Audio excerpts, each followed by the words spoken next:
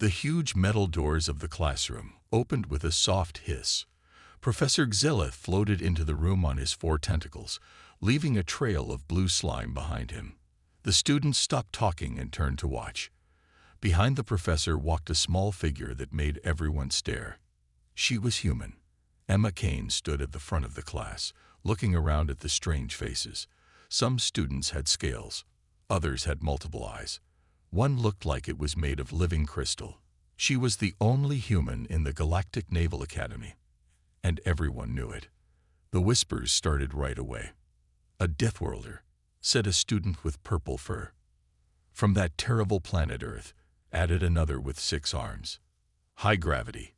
Deadly predators. Poison air," someone else muttered. Emma heard it all but kept her face calm. She had expected this. Humans were new to the galaxy. Most aliens knew Earth as a dangerous world where everything tried to kill you. They called humans Deathworlders because they came from such a harsh place. Professor Xelith raised one tentacle for silence. "Class, meet Emma Kane. She is our first human student. Please make her welcome." The professor pointed to an empty seat in the back corner. Emma walked there quietly, feeling dozens of eyes follow her every step.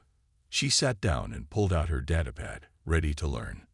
"Today we study basic fleet formations," Professor Xelith announced. The lights dimmed, and a blue hologram appeared in the center of the room. It showed dozens of spaceships arranged in neat patterns. "This is Formation 77 Alpha," the professor explained. "Used by our fleets for over 3,000 years. Notice how the heavy ships protect the smaller ones. The command ship stays in the center, safe from enemy fire." A student with green scales raised a clawed hand. "Professor, what if the enemy attacks from below?" "Excellent question. Vrix, watch this." The professor touched his control panel. The hologram changed, showing the ships moving into a sphere shape. "We shift to Formation 77 Beta. Perfect defense from all directions." Emma watched and took notes. She had studied these formations back on Earth, but seeing them in action was different. She noticed small problems with the formations but said nothing. "Who can tell me why we use these formations?" Professor Xelith asked. Several hands went up. The professor picked a tall student with crystals growing from its head. "These formations have worked for thousands of years," the crystal student said proudly. "Every great battle in Galactic Union history was won using them." "Correct, Kess. Our formations are perfect. They have never failed us." Emma raised her hand slowly. The room went quiet again. Everyone turned to look at the human. "Yes, Miss Kane," the professor said. "I was wondering." Emma began carefully. "What happens if an enemy doesn't follow the same rules? What if they attack in ways you don't expect?" Several students laughed. Vrix, the scaled student, spoke up. "That's why we have multiple formations. We can handle any attack." "But all your formations assume the enemy thinks like you do," Emma said quietly. The professor's tentacles turned a darker blue. "Young human, these tactics were created by the greatest military minds in the galaxy. Are you suggesting they were wrong?" Emma lowered her eyes. "No, sir. I was just curious." "Humans," whispered someone near her. "They think they know everything." The lesson continued. Professor Xelith showed more formations, more battle plans, more rules that had been followed for centuries. Emma watched everything carefully. She took notes. She memorized every detail. When another student was asked a question and gave the expected answer, the whole class nodded in approval. When Emma was asked about supply line protocols, she gave the perfect textbook response. The other students seemed relieved. The human wasn't going to cause problems after all. The class ended. Students began packing up their things. Emma stayed in her seat a little longer, studying the last hologram. She noticed how the formation left small gaps between ship groups, tiny spaces that seemed unimportant. But Emma knew better. On Earth, the smallest weakness could mean death. The tiniest gap could let in a predator. She wondered if anyone else had noticed. She packed her datapad and left quietly. Tomorrow would bring another class, another lesson in the old ways of war. Emma would watch, listen, and learn. For now, that was enough. 3 weeks passed quickly at the academy. Emma had settled into a routine. She arrived early to every class, sat in her corner seat, and took careful notes. She answered questions when asked but never volunteered information. The other students stopped staring at her. Some even forgot she was there. On a cold morning, Professor Xelith floated into the strategy classroom with his tentacles glowing bright orange. This meant he was excited about something. "Students," he announced, "today begins the Fleet Command Simulation. This is the most important event of your academic year." The room buzzed with excitement. Emma watched as her classmates sat up straighter, their various appendages moving with nervous energy. "You will work in teams," the professor continued. "Each team will command a virtual fleet in battle scenarios. The winning team will present their strategy to the Galactic Naval High Command. This is a great honor." Students immediately began forming groups. Friends called to friends. The smartest students were grabbed quickly by multiple teams. Emma stayed in her seat, watching the chaos. Vrix, the 4-armed Altarian from her first day, had formed the largest team. He had recruited Kess, the crystal student who excelled at tactics. He also had Zoran, a pale creature whose species could read minds, though only with their own kind. When all the teams were formed, Emma was still sitting alone. Professor Xelith noticed. Each team must have between 4 and 6 members. "Vrix, your team has 5. You will take Miss Kane." Vrix's scales turned a darker green, showing his unhappiness. "Yes, Professor." Emma gathered her things and walked to her new team. They barely looked at her. "Listen," Vrix said once the professor had left them to plan. "I'm team leader. Kess handles main tactics. Zoran manages communications. Theta," he pointed to a round, furry creature, "runs weapon systems." He turned to Emma last. "You'll do logistics. Make sure our ships have fuel and ammunition. Keep the supply lines working. Think you can handle that?" Emma nodded. "Yes." "Good. Don't mess it up. Supply work is boring but important." The team spent the rest of the day planning. They studied star maps and discussed famous battles. Emma listened to everything while organizing supply routes on her screen. Her job was simple, but she did it perfectly. Over the next few days, teams practiced with smaller simulations. Emma's team won some and lost some. They were good but not great. Vrix grew frustrated when their standard tactics didn't always work. "The enemy AI keeps changing," he complained after a loss. "It's not following normal patterns." "Maybe we should try something different," Emma suggested quietly. Everyone turned to look at her. "Different how?" Kess asked, his crystals glowing pink with annoyance. "Well, the enemy seems to learn from what we do. Maybe we cooled." "We stick to proven tactics," Vrix interrupted. "Humans might do things randomly on your chaotic world, but here we follow proper military doctrine."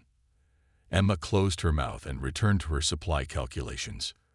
The main simulation would begin tomorrow. 20 teams would compete. Only one would win the honor of presenting to High Command. As the day ended, Emma noticed something interesting in her supply data. The numbers showed patterns that didn't match what her teammates were planning. That night, alone in her small dormitory room, Emma studied those patterns. She ran calculations on her personal datapad. She cross-referenced historical battle data with current fleet positions. Something wasn't right. The simulation was supposed to test their knowledge of standard tactics, but Emma had survived on Earth by noticing what others missed. On her dangerous homeworld, following predictable patterns meant death. Predators learned your habits. They waited for you to make the same mistake twice. She thought about the gaps she'd noticed in the fleet formations. She remembered how the AI had adapted during practice rounds. An idea began forming in her mind, a very non-standard idea. But she was just the human handling logistics. Who would listen to her? Tomorrow the real test would begin. Emma turned off her datapad and tried to sleep. Outside her window, strange stars shone in alien constellations. Somewhere among them, Earth hung in space, blue and dangerous and full of survivors. Emma smiled in the darkness. They had no idea what humans could do. The simulation room was bigger than any classroom Emma had seen. 20 teams sat at control stations arranged in a huge circle. In the center, a massive holographic display would show the battle as it happened. The air smelled like ozone and nervous sweat from various species. Admiral Then entered the room. She was a Rigelian, tall and thin with silver skin that reflected the lights. Everyone stood at attention. "Be seated," the Admiral said. "Today you begin the true test. Each team commands identical fleets. You will face increasingly difficult enemy forces controlled by our most advanced AI. Only the best strategies will succeed." She paused, looking at each team. Her gaze lingered on Emma for a moment. "Remember, we are watching everything. Good luck." The lights dimmed. The central hologram came to life, showing a star system with 3 planets and an asteroid belt. Each team's fleet appeared in different starting positions. Round 1 began. Emma focused on her supply ships while her teammates managed the warships. The enemy appeared as red dots moving in from the system's edge. They came in the standard attack formation that every Academy student knew. "Formation 7-7 Alpha," Vrix ordered, "just like we practiced." Their ships moved into position. Kess directed the weapons. Zoran coordinated with fighter squadrons. Theta managed shields and power. Emma kept supply lines flowing smoothly. The battle went exactly as expected. The enemy used Attack Pattern 3. Vrix countered with Defense Pattern 5. It was like a dance where everyone knew the steps. Their team won easily, as did most others. "Too easy," Kess muttered, his crystals dim with boredom. Round 2 started immediately. This time the enemy fleet was bigger. They used Attack Pattern 7, more complex but still standard. Again, Vrix responded with the correct counter formation. Again, they won. But Emma noticed something odd. During the battle, 3 enemy scouts had broken formation for exactly 4.7 seconds before returning to position. It seemed like a malfunction, but Emma didn't believe in coincidence. Round 3 brought the first surprises. The enemy fleet split into 2 groups, something not covered in standard attack patterns. Several teams panicked. 2 were eliminated completely. "Stay calm," Vrix ordered. "Use Formation 12 Beta. It's designed for split attacks." They survived round 3, but barely. Their losses were heavy. Emma saw more strange behavior from enemy ships. They would break formation, fly in random directions, then return. Each time was different. Each time seemed meaningless. During the break between rounds, Emma approached her teammates. "The enemy is testing something," she said. "Those random movements aren't random." "Of course they're random," Vrix snapped. "It's probably just AI errors. Focus on your supply ships." Round 4 began with enemy forces attacking from above and below the star system's plane. This violated standard tactical doctrine. Space had no up or down, but all civilized species agreed to fight on the same plane to avoid confusion. Half the remaining teams were eliminated. Vrix's scales were now bright red with stress. "They're cheating," he growled. "This isn't how space battles work." Emma watched her supply screen but kept glancing at the main display. The enemy's strange movements were getting longer. Ships would leave formation, fly to specific coordinates, pause for exactly 2.3 seconds, then return. It happened 17 times during round 4. That night, Emma stayed after everyone left. She called up recordings of all 4 rounds and studied them. She marked every strange movement, every broken formation, every pause. Then she saw it. The coordinates weren't random. If she plotted them in sequence, they formed a pattern. Not on the flat battle display, but in 3-dimensional space. The enemy was mapping something. Emma leaned back in her chair. The AI wasn't making errors. It was learning. Not just learning their tactics, but learning how they thought. It was pushing boundaries, breaking rules, seeing what the teams would do. Tomorrow would bring round 5. Emma suspected it would be unlike anything in the Academy textbooks. The AI had spent 4 rounds studying them. Now it knew exactly how they would react to any standard situation. The real test was about to begin. Round 5 started badly.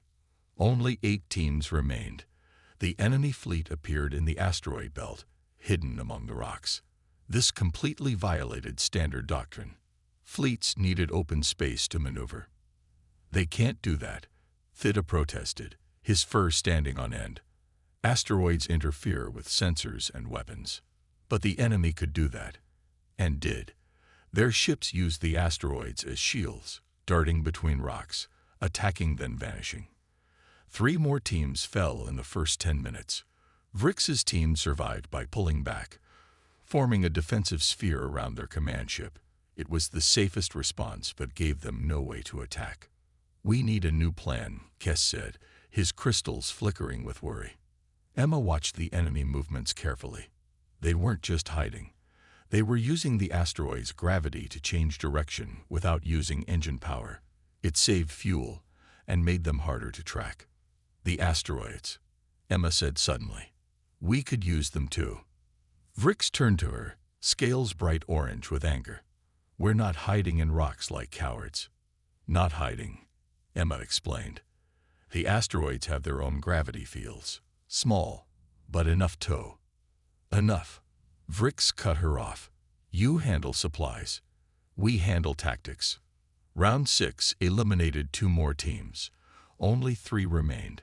The enemy now used gas giant planets as cover, diving into the upper atmosphere where sensors couldn't follow. They emerged at unexpected angles, struck hard, then vanished again. Emma's team was losing. Their perfect formations meant nothing when the enemy refused to fight properly. During a brief pause, Emma noticed their fuel supplies dropping fast. All the maneuvering to maintain formation was burning through their reserves. "We need to refuel," she reported.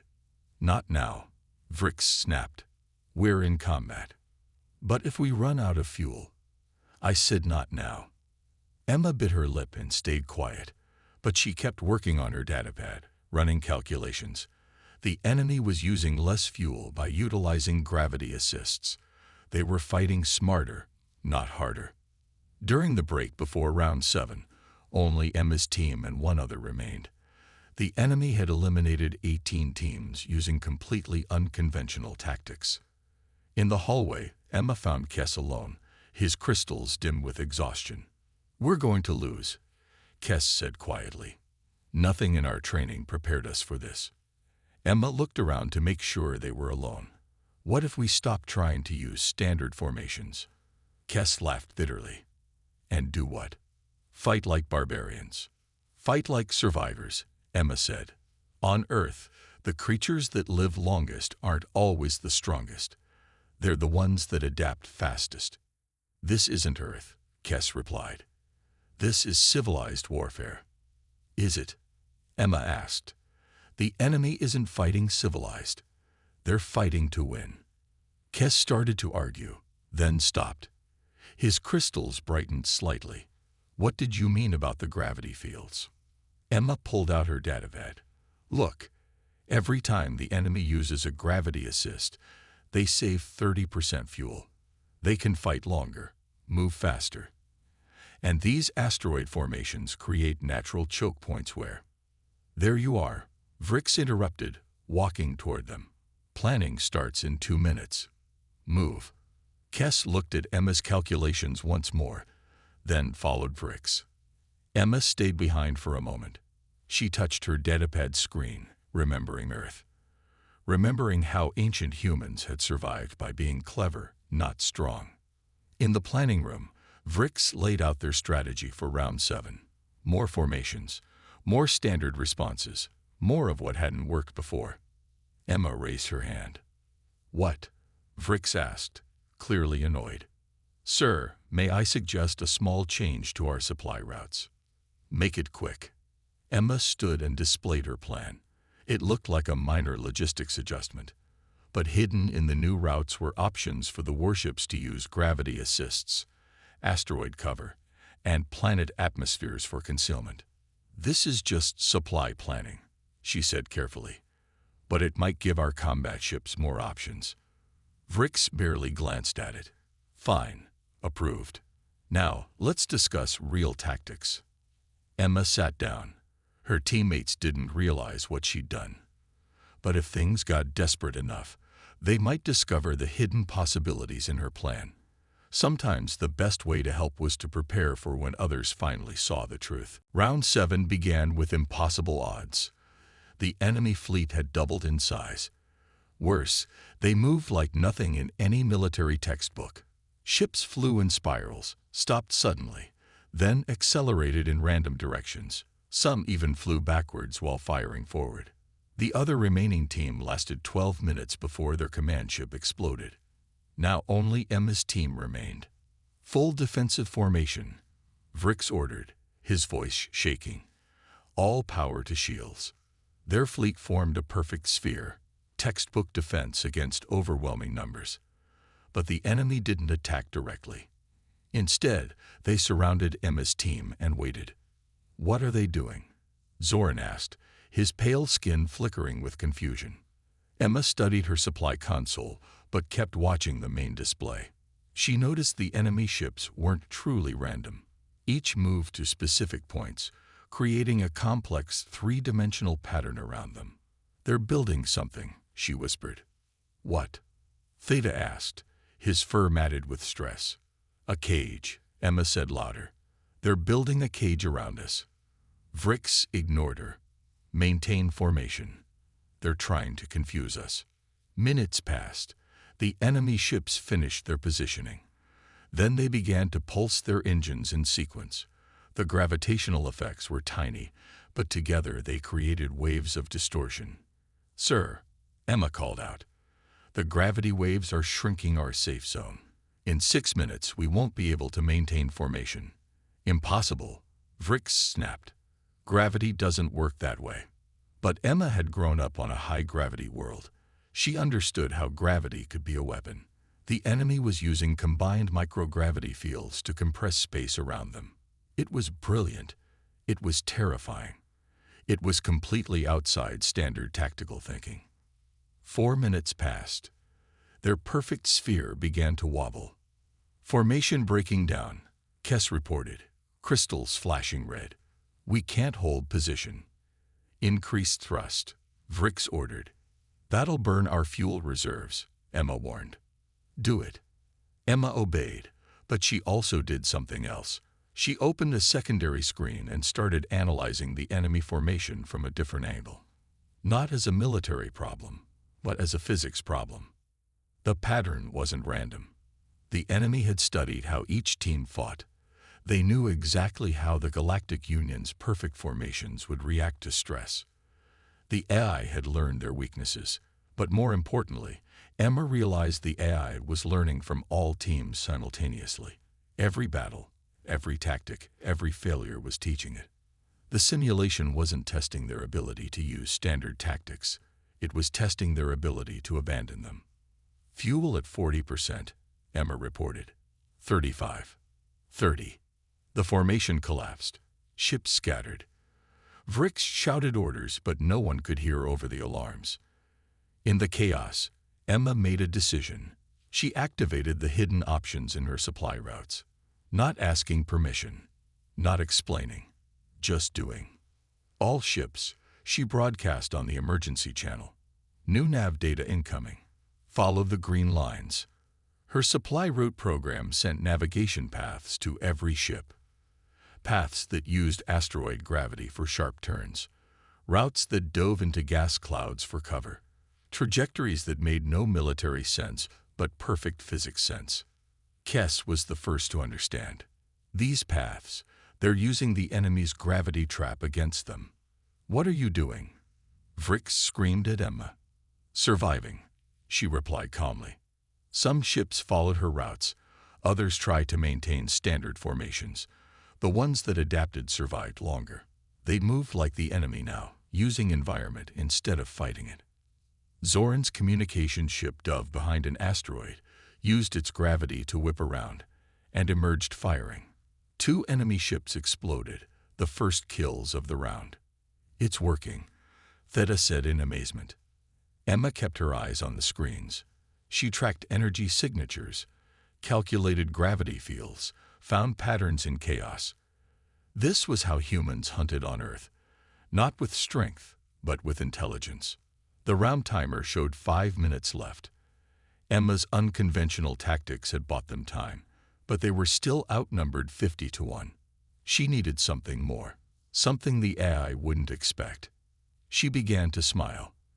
The AI had learned from everyone's failures, but it hadn't seen human chaos theory in action yet. "All ships," Emma announced. "Prepare for something impossible." The timer showed 3 minutes. Emma's team had 12 ships left against 50 enemy vessels. Vrix had finally stopped shouting orders that no one followed. The crew looked at Emma, waiting. "Listen carefully," Emma said, her voice steady. "We're going to do something insane. Something no military academy would ever teach." "We're listening," Kes said, his crystals dim but pulsing with hope. Emma pulled up the star system map. "The enemy expects us to fight or run. So we do neither. We're going to use our supply ships as weapons." "That's against every rule," Theta protested weakly. "Rules are for people who aren't about to die," Emma replied. "Supply ships have the biggest engines and the most fuel. We're going to turn them into unpredictable missiles." She sent new instructions to everyone's screens. The plan was simple in concept but chaotic in execution. Each supply ship would fly in impossible patterns, using gravity assists to build incredible speed. Meanwhile, warships would hide in their engine wakes, invisible to sensors. "But supply ships have no weapons," Zoran said. "They don't need weapons. Watch." Emma programmed a demonstration. A supply ship used 3 asteroids' gravity to accelerate, then dove toward a gas giant. The gravity slingshot effect multiplied its speed 20-fold. At that velocity, the ship itself becomes a weapon, and the enemy won't expect unarmed vessels to attack. Vrix finally spoke. "This is madness." "Yes," Emma agreed. "Human madness. Earth taught us that sometimes crazy is the only sane response." 2 minutes left. "Do it," Kes said suddenly. "Emma's right. Standard tactics have failed. Time for something new." The team split their remaining ships. 6 supply vessels began the wild acceleration patterns Emma had designed. 6 warships powered down weapons and shields, hiding in the supply ship's engine trails. The enemy eye paused. For the first time in the simulation, it hesitated. The supply ships weren't following any logical pattern. They bounced between gravity wells like pinballs, gaining speed with each pass. "Enemy formation breaking," Zoran reported, amazed. "They don't know how to respond." The AI had learned all standard tactics. It could predict every textbook maneuver. But it had never seen ships use gravity as a chaotic accelerator. It had never faced an enemy willing to turn cargo vessels into kinetic weapons. 1 minute left. The first supply ship reached attack velocity. It screamed toward the enemy formation at speeds that would tear most ships apart. The enemy scattered, their perfect formation crumbling. Hidden warships emerged from engine wakes, firing at point-blank range. Enemy vessels exploded. The AI tried to reform its lines, but 2 more supply ships came from different angles, forcing another scatter. "It's working," Vrix breathed. "It's actually working." Emma coordinated the chaos. She saw patterns the others missed. Where they saw random movement, she saw opportunity. This was how humans hunted. Not with brute force, but with cunning. 30 seconds. Half the enemy fleet was gone. The other half spun in confusion, unable to predict the next attack vector. The AI had learned civilized warfare. It didn't know how to fight chaos itself. A supply ship collided with the enemy command vessel. Both exploded in brilliant light. Another supply ship used an asteroid's gravity to whip around and strike 3 enemies at once. 10 seconds. Emma's team had 4 ships left. The enemy had 6, but the enemy was in complete disarray while Emma's ships moved with chaotic purpose. The timer hit 0. The simulation froze. The lights came up. Admiral Then stood at the observation window, her silver skin reflecting their displays. Her expression was unreadable. "Congratulations," she said finally. "You survived." Vrix slumped in his chair. "We broke every rule." "Yes," the Admiral agreed. "And that's exactly what we hoped someone would finally do." Emma leaned back, exhausted but satisfied. She'd shown them something new, something human. In space, just like on Earth, sometimes the best strategy was controlled chaos. The real test wasn't over, but for the first time, Emma felt like she truly belonged here. The debriefing room was small and white. Emma sat with her teammates facing Admiral Then and 3 other high-ranking officers. Professor Xelith floated in the corner, his tentacles a deep purple color Emma had never seen before. "Explain your tactics," Admiral Then ordered. Vrix started to speak, but the Admiral raised a hand. "Not you. Her." She pointed at Emma. Emma stood up. Her legs felt weak, but her voice was clear. "The AI learned from our standard patterns. Every team used the same formations, the same responses. It could predict everything we did." "Continue," the Admiral said. "On Earth, predators learn your habits. If you do the same thing twice, you die. So humans learn to be unpredictable. We use environment as weapon. We turn weakness into strength." A Centauri officer leaned forward. "You used supply ships as kinetic weapons. This violates 17 military codes." "Yes, sir. But the simulation didn't forbid it. Only tradition did." Professor Xelith spoke up. "The human turned cargo vessels into missiles. She hid warships in engine wakes. She used gravity fields for acceleration. These tactics are barbaric." "Effective," Admiral Then corrected. "The word you want is effective." The room fell silent. Emma's teammates looked confused. Why wasn't the Admiral angry about broken rules? Admiral Then stood and activated a wall display. It showed battle statistics from the simulation. 18 teams eliminated using standard tactics. 1 team eliminated attempting modified tactics. 1 team survived using completely new approach. She turned to face them. "This simulation had a secret purpose. For 3,000 years, our military doctrine has remained unchanged. We've grown. Predictable."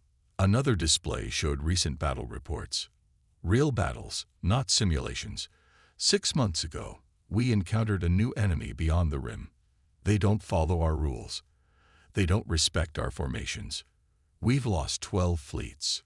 Emma felt cold. This wasn't just about a school test. "We need new thinking," the Admiral continued. "We designed this simulation to find it. The AI was programmed to exploit every weakness in our standard doctrine. Only someone thinking differently could survive." She looked directly at Emma. "Your Earth has no military tradition in space, no rules to follow. That's not weakness. That's freedom to innovate." Vrix spoke up, his scales pale with shock. "You wanted us to break the rules."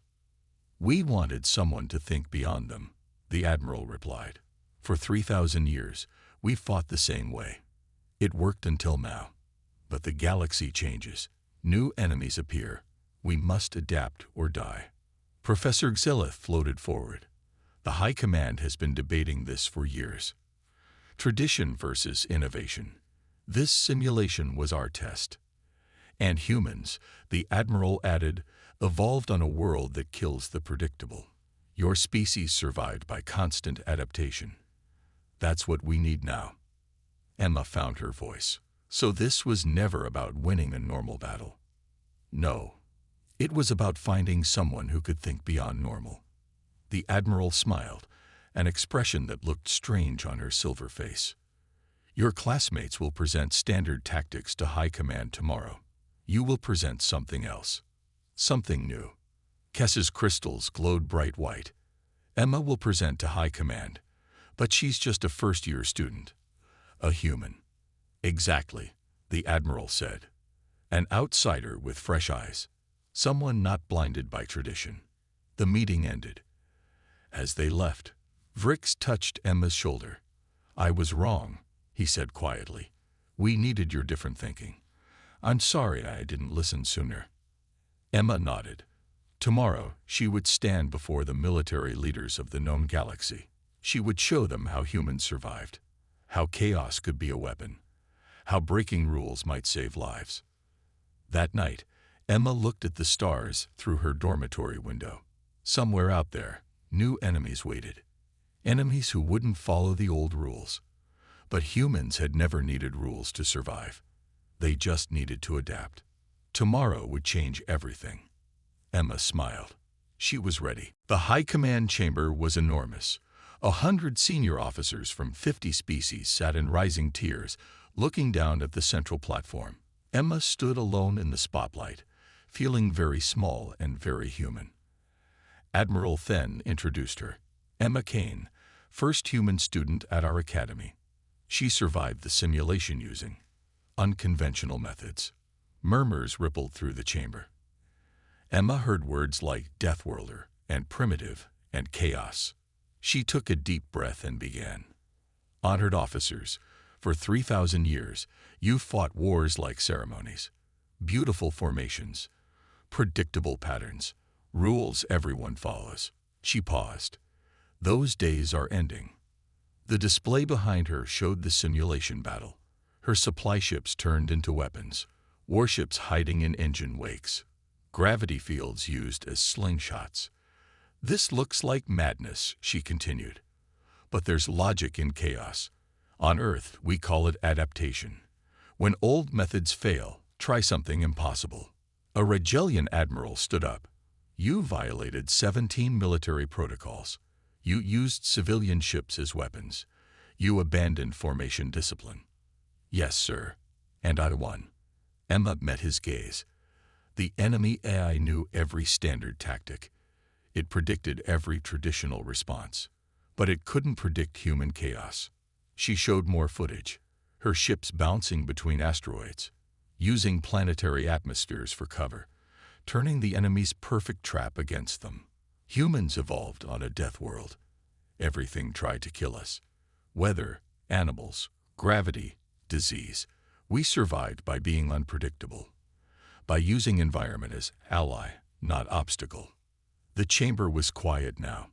Emma continued. Your new enemy beyond the rim doesn't follow rules. Neither should you. Space has no up or down. So why fight on flat plains? Asteroids and planets aren't obstacles. They're weapons waiting to be used.